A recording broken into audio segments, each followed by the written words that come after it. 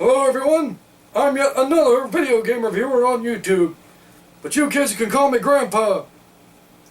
You know, playing a video game is like going for a Sunday drive. It's calm, relaxing, helps you unwind, and is oftentimes fun and enjoyable.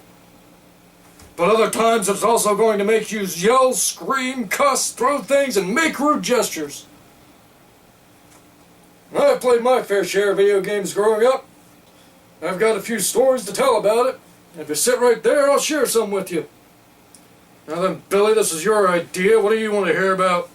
I want to hear you review Sonic 06.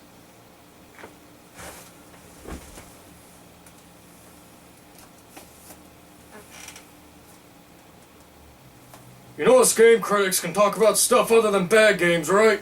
But you promised! Alright, go get my blood pressure medication.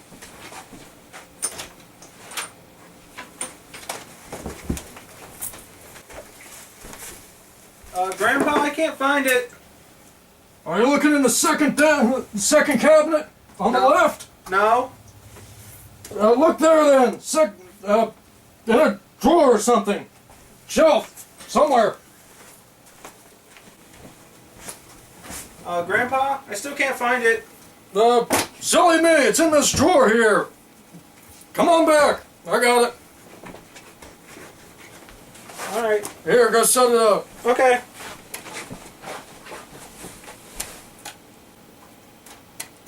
Grandpa, it's not working.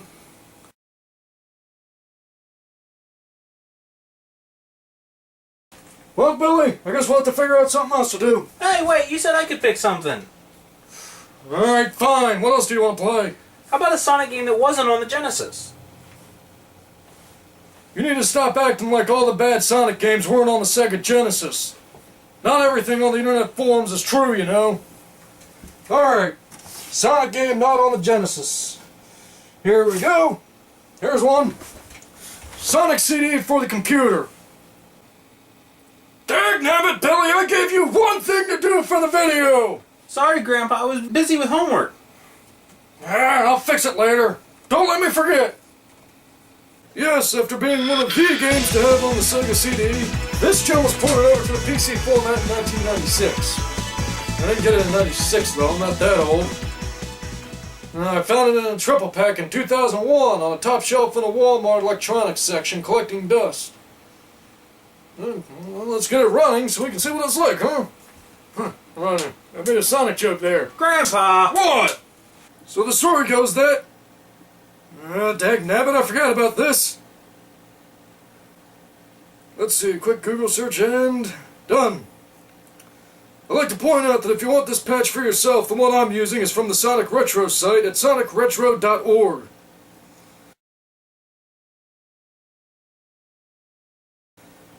So, here we go. Any minute now. Oh, come on!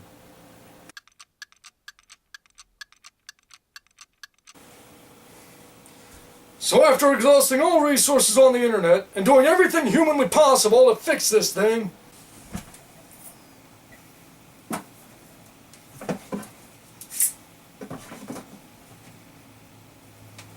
okay, now what?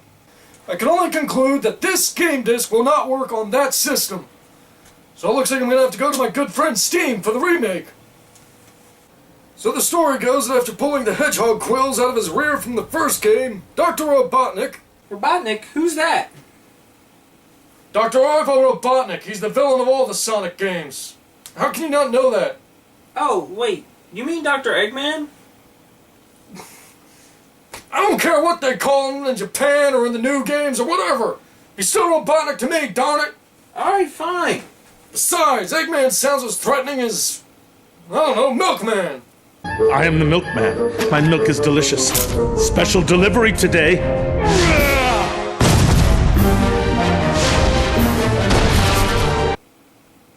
On second thought, that can be threatening. Doesn't matter. He's called Robotnik back then, so we're calling him Robotnik now. Now then, Robotnik decides his latest scheme is to chain a planet to a rock and... Wait, what?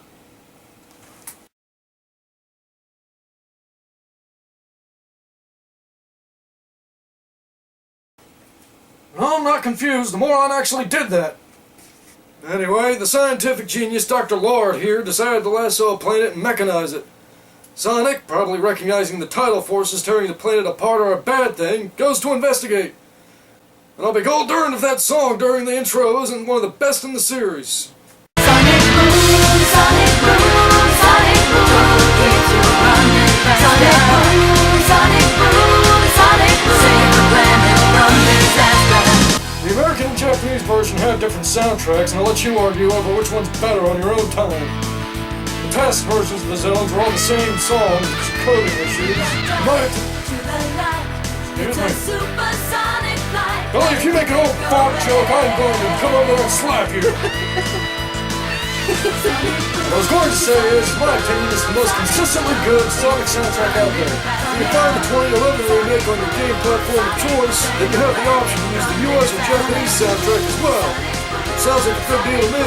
Don't forget you can play as Tails in the remake too. Tails! Kids these days always need more! Back in my day, we had Sonic and we liked it! That was all we needed! We didn't need to fly through the air or swim through the oceans! You're all spoiled, I'd say! Dang it, what was I doing again? Yelling at me? That doesn't narrow it down. Oh, right, story. Now, it turns out Robotubby found this planet that had time stones on it that let him travel through time. That sounds like a pretty solid idea.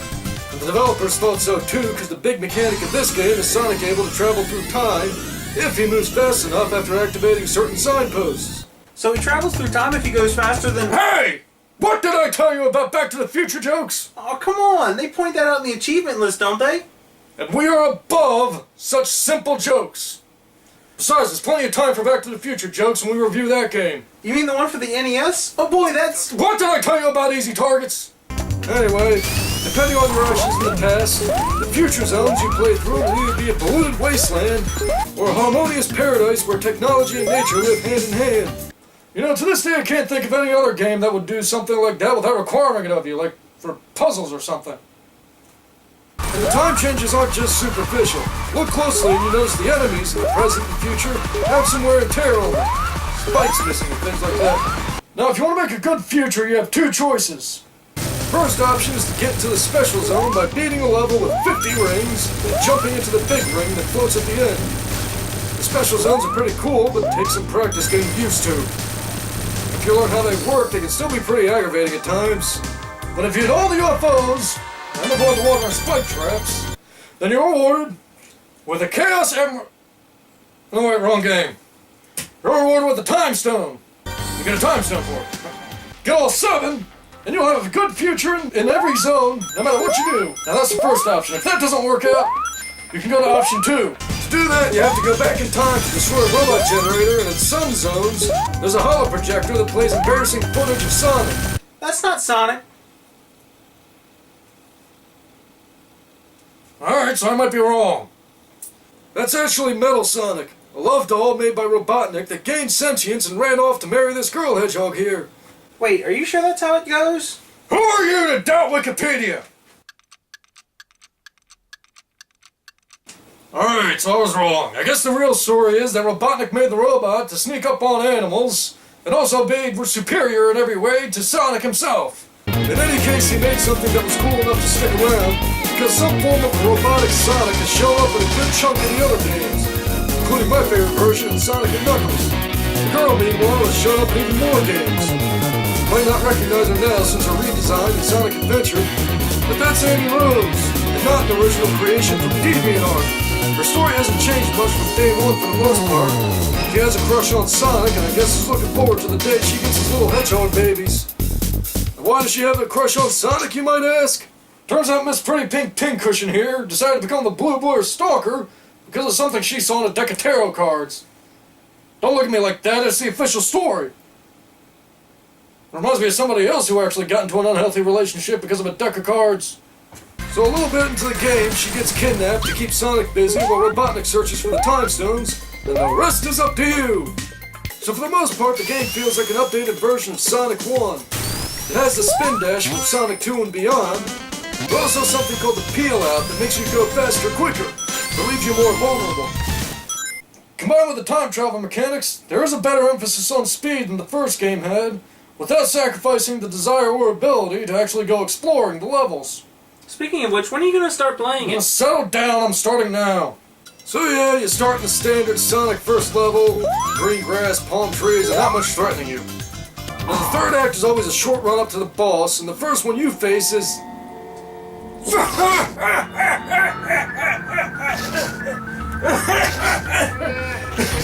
Pink! Really? Really? What the heck is this machine supposed to be? Look at that! He doesn't even try to cover the whole ground, he gives up halfway across. It's like he's playing for this fight. It's to be so ridiculous it can't be taken seriously anymore. Huh, I guess it worked. Actually, Palm Tree Panic is one of those zones where Robotnik's color changes depending on whether it's a good feature or bad. I mean, it's a nice little touch in the game, don't get me wrong, but it only shows up like 1 or 2 times elsewhere. Still pink! Next we get to the casino theme stage, and oh hey, there's Amy.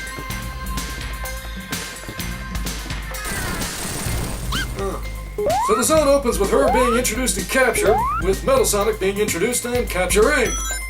You'll bounce around a lot in this zone, and you'll bounce around a lot more in the boss. This boss requires you to play pinball to get up to him. Thankfully, you only need to hit him once, otherwise the 10 minutes the game gives you wouldn't be enough. By the way, get used to this. Almost all the bosses in Sonic CD have tricks or puzzles to get through when you're fighting them. Oh god, not a water stage. Anyway, get air bubbles to not drown, and thank the kind-hearted developers that were generous with the air. The boss fight is chasing Robotnik while taking shots at him, then breaking his air bubble shield to take him out for good. Why didn't Robotnik just leave Sonic in the flooded room without giving him air bubbles? Because video games in the 90s were scared of logic. Next up, Quartz Quadrant. The theme for this one seems to be a mining operation of some sort, with varying levels of crystals in the background depending on your time period. The gimmick with this level are conveyor belts that change direction when you hit one of the switches, which is actually helpful for you when you need to get up some speed for a time warp. The boss is... well, he's one of the hardest I've had to deal with in any Sonic game, really. You don't hit him at all. You just keep running toward him as the friction of the conveyor belt strips away his control booth. Just mind the spike wall and the bombs he drops. It took me 5 times to beat him on my practice run, and then another 3 times when I was recording for the footage. I mean, it's a nice boss to go up against, but you get ready to die a few times. So you chase Robotnik off and wind up in, I don't know, some kind of power plant, I guess? The wiki site says Wacky Workbench is a weapons warehouse built into a canyon. What kind of wacko would want to name their weapons warehouse Wacky Workbench? Am I fighting Dr. Robotnik or Dick Dastardly? Anyway, this zone goes between fun and annoying pretty quick. The glowing floor bounces you around, but unless you know where you are, you'll hit the traps without even realizing where they are. Robotnik shows up later with a drill machine you have to chase after by hopping off the rocks he leaves behind. But for Pete's sake, don't jump to the other ones when you get to the third and final part of the fight. After you beat him, you're treated to one of the greatest mysteries of all video games. How can that double lord outrun Sonic? Your next location is... a highway made of brass instruments. Grandpa? What the heck is going on? The 90s were a different time, Billy. Anyway, Stardust Speedway is full of winding pathways and open straightaways that really give you the feel of speed. The boss helps keep that theme by putting you in a race against Metal Sonic. And if you go too slow, Robotnik burns your hide with a laser. Metal Sonic will hurt you too if he catches up to you with either his charge or his electric field. But keep moving right as fast as you can and you'll win the race. Hopefully.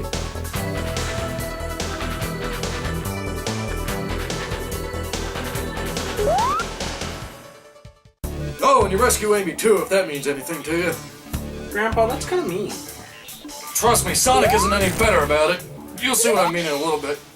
Finally, we come to the last level, Robotnik's base of operations in the game, Metallic Madness. With some of the most annoying traps in the game, like giant saws and shrink rays. Looks like those moving barrels are your biggest problem. Yeah, but those are my fault for being in a hurry. Number 1 rule in video games. Patience. But my patience does get tried a bit in the room right before the final boss. These These darn bugs are only vulnerable for a split second, and if you go after them wrong, you're more likely to hit the laser instead of them. The final boss itself isn't really that hard. In fact, I'd say he's one of the easiest final bosses in a Sonic game I've ever dealt with. You sure he's one of the easiest? Shut up, Billy. Yeah, you're supposed to wait for the openings, and they're telegraphed. But nothing's stopping you from purposefully getting hit and using the mercy and vulnerability to bypass his defenses. That kind of ruins the challenge, doesn't it? Hey, what do you want from me? I didn't promise you a no-hit run or anything. Heck, I didn't get all the time stones. I hunted everything in the past to get the good ending. So yeah, both of the endings are mostly the same, in a way. Sonic escapes, abandons Amy in the middle of God knows where. Wait, what? What do you think he's doing here? Dropping her off someplace and dishing her, that's what. Anyway, the good ending is that little planet disappears and leaves behind a bunch of flowers.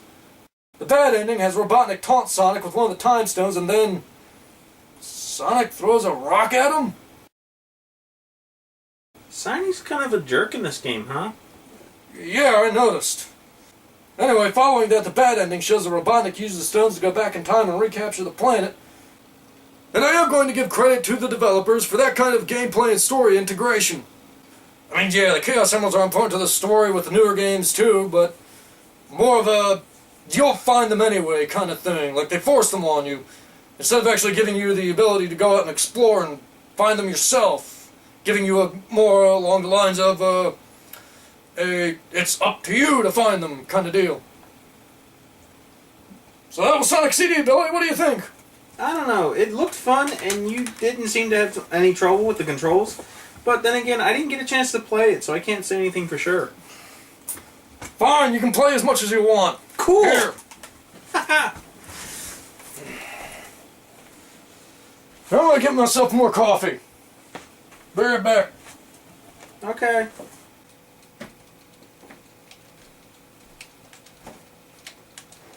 Billy, what are you doing? I get bored of playing Sonic CD, so I decided to play something else. Alright. Alright, what are you playing? Dante's Inferno. It looked pretty cool. Give me that! What? Hey! What's wrong?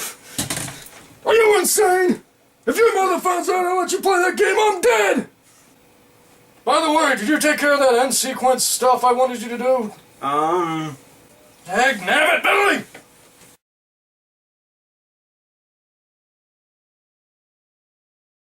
What devil magic has your science done to me?